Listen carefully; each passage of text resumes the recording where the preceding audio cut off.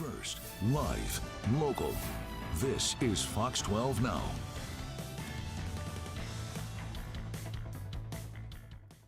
And hello, everyone. Welcome back to Fox 12 Now. I'm Greg Nibbler. Appreciate you joining us here on this Sunday as we're covering everything that's going on as a result of the storm and the ice and the freezing that's happened here over the last few days. And for a lot of you out there, many, many people, you're dealing with trees that have fallen on power lines, fallen on homes, fallen on your neighbors' homes, vehicles, all over the place, causing all kinds of hazards for a number of different reasons. And what I wanted to do today was actually speak to one of the arborists who is out there right now working on all of this. And I'm very thankful we have Ryan Abreu joining us right now from Tree Talk Arbor Society. Ryan, thanks for being here. I just want to get right into this. I mean, you're out there right now, it looks like, actually working on one of these trees. Yeah, we are, Greg. Calls really haven't stopped coming in since about noon yesterday. We can't even keep up with stuff, and the equipment that's necessary to do a lot of this work is going to be harder and harder to come by. So we're all kind of in a crunch trying to help as many people as possible. And I was going to ask, just since this all started, has it just been nonstop work and calls and going out there and dealing with this? I'll tell you, in the time it took us to get from one job site to this one, I had 4 calls in the matter of maybe 30 minutes, and 2 of which are trees on houses, legitimate real emergency situation. Have you experienced anything like this number of trees when we've had storms before? The closest I can remember is the ice storm in 2021, I believe it was, around Valentine's Day. And this eclipses that. This I've seen more with this storm system than even then. So I'm seeing bigger failures. I'm seeing more frequent failures. So yeah, this is significantly worse than what I had seen. And you mentioned something about equipment. So there's going to be since there are so many people out there with these trees, you're getting all these phone calls in, that the equipment, I didn't even think about that. That could become a concern then as far as having that on hand. That we charge power. I think you're cutting out just a little bit, so I didn't quite hear what that was. A lot of times we can't get. We're having trouble coordinating with PG&E because they're to give us an opportunity to get to work safely. So it's kind of, things are hard to organize now, but we're trying to run it. And I want to remind everybody too, Ryan is out there in the field right now. So the Zoom call was just cutting out a little bit, I think, as you were walking around. But one thing that you'd mentioned on there, so I wanted to ask about that, the coordination with PGE. That's something I would imagine you have to do in order to get the power shut off to start working on some of these trees that have fallen. Absolutely, yeah. If there is power in the neighborhood and a tree is on a power line, we have to treat that line like it's live, or else we can't work on it. It's just too dangerous. And that you've had a hard time coordinating with PGE? Sometimes we can. A lot of their phone lines were down yesterday and last night, so we couldn't even place calls into them yet.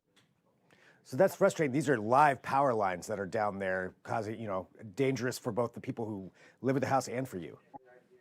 Absolutely. I mean, we're limited on what we can do.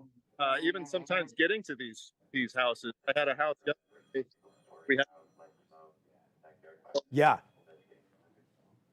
Yeah, I mean, I would imagine that's got to be completely frustrating. Well, where you're out there at a home right now, I'm imagining that's what you're doing, a tree that's fallen on there. One of the questions that I had, and I think a lot of people are asking and unfortunately having to figure out right now, is what do you do? What's the first thing you do when a tree falls on your home? Say something falls on your roof, it goes through your roof.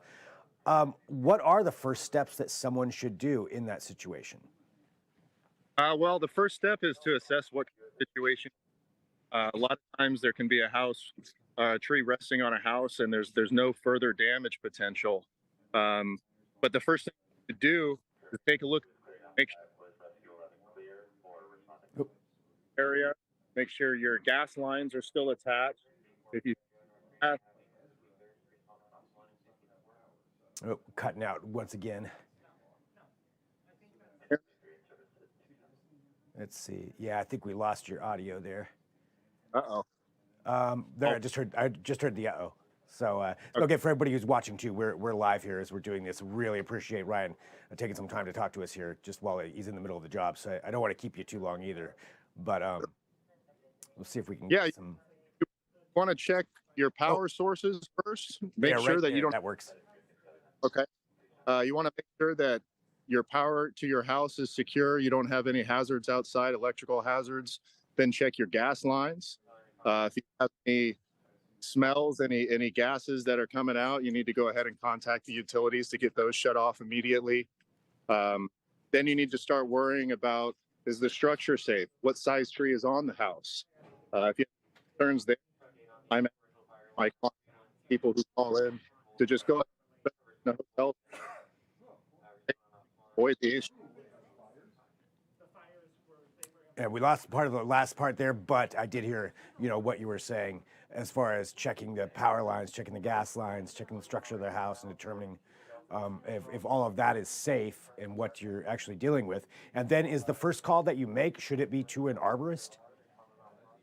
Either that or the fire department. That depending, and that totally depends on the situation. So if you have power, if you have a gas issue, call those companies first. Call the fire department. Call PG&E.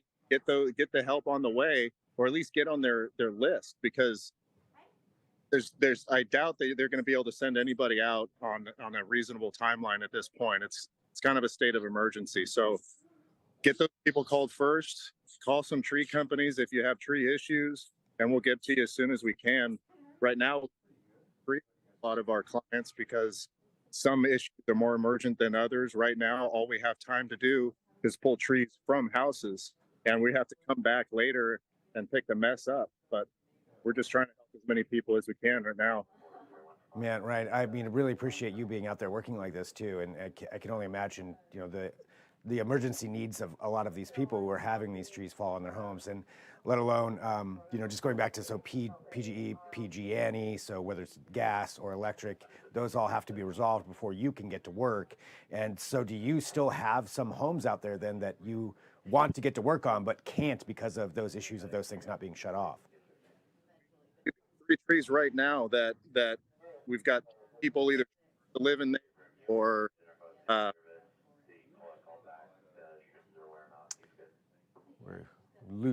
think we're losing you right there, but that's okay. Sorry, I'm just looking at my monitor. So everybody who's watching, again, this is live. Ryan's out there in the field right now, so phone service being part of it. Well, Ryan, I want to let you get back to work. I was wondering if we could just take a look at some of the stuff that you're working on right now, if you could show us. Sure, I'll head right back over. Okay, thank you very much. This was a maybe 80-foot fir tree, and it went down earlier this morning. As you can see here, we've got a full root plate failure, and it landed on the home. So we're working it off now. Yeah, taking a look at that right there. So yeah, that's what you're working on for that one, and then I'm assuming you got to go to all these other ones too. How late can you work?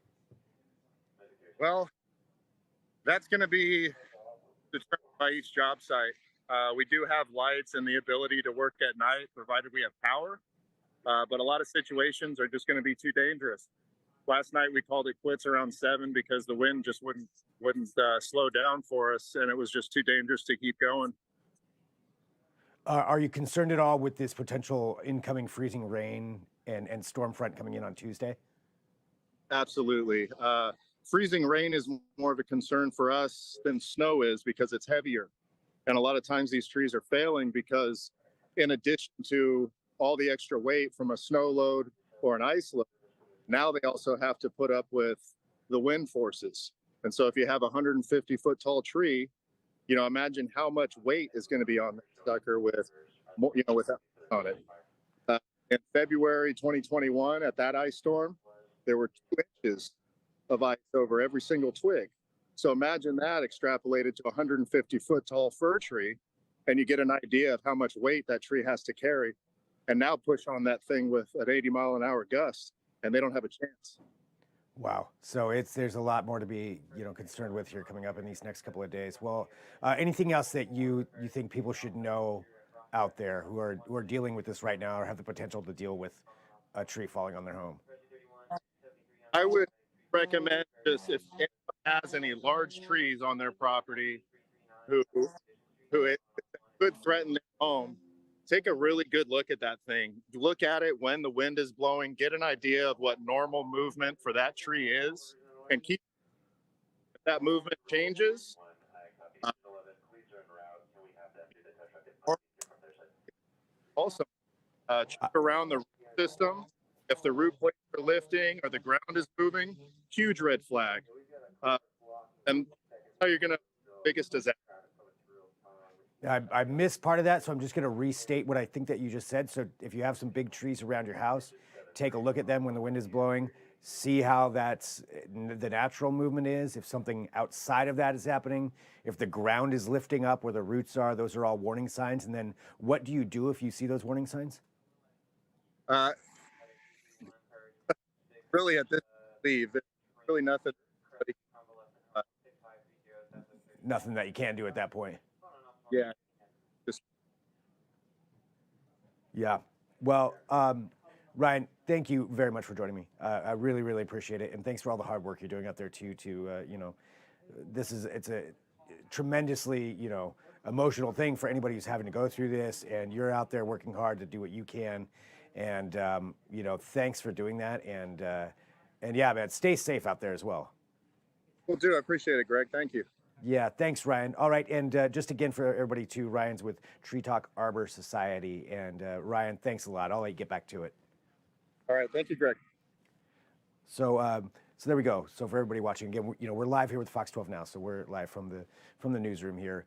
But I wanted to bring that interview because I'll be honest, I was interested as well in finding out, what to do. And there's so many of you out there who are dealing with this, who have had trees fall on your homes, and people here in the newsroom have been dealing with that as well on their own things, and just it's a tremendously huge issue that everybody here in this metro area is dealing with right now. So thank you to Ryan for joining us just to talk about that. If you have questions or comments, feel free to drop those on the Facebook or YouTube editions of this segment. We're also on the Fox 12 Now app the Fox 12 Oregon app and the website. So lots of places to find this. We have a lot more information at kptv.com as well. And our reporters have been out there covering all of these stories, covering all of these trees coming down and so many other things that are happening because of this. So I guess all I can say is everybody please stay safe out there.